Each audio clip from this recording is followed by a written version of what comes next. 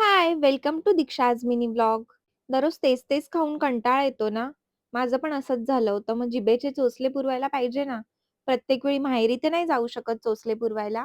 म्हणून आज मी स्वतःच काहीतरी मस्त बनवायचं ठरवलं. मस्त राई आणि कढीपत्ता तडतडल्यावरती कांद्याची जी पेस्ट केलेली ना, ती टाकली आणि स्लो गॅसवरती त्याला परतवून दिलं.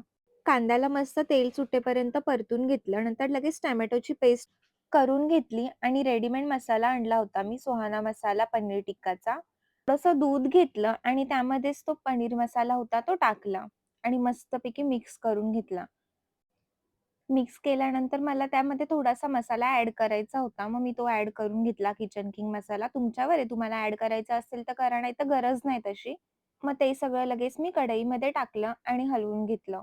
फ्रीझरमधून आधीच पनीर काढून ठेवलेलं, कारण जास्त कडक असेल ना, मग ते कट करताना खूप प्रॉब्लेम होतो त्याचा. मस्त छोटे-छोटे तुकडे करून घेतले आणि असा विचार केला, की पनीर डायरेक्ट टाकते. पण नंतर हे आले आणि अचानक बोलले, "नको, मस्त फ्राय करून टाक." मग काय फ्राय करायला घेतलं.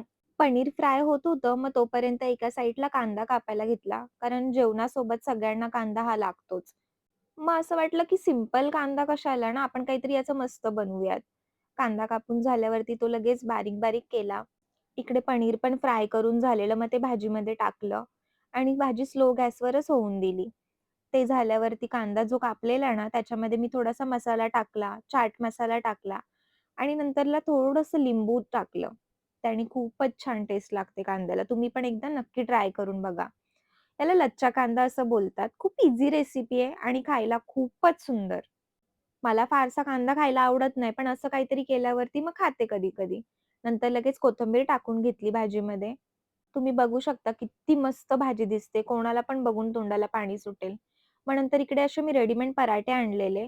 तेच गॅसवरती गरम करायला ठेवले आणि मग आपल्यावरती आहे. आपण बटर लावून सुद्धा खाऊ शकतो आणि तूप लावून सुद्धा. मग एका साइडला बटर लावून लगेच स्लो गॅसवरती भाजून घेतले मस्त. आता असं झालं होतं, की कधी जेवायला बसते. पण लगेच काय बसता येणार नव्हतं, कारण बाकीची पण कामं होती. चला भेटूयात आपण पुढच्या व्लॉगमध्ये. Bye bye. Take care.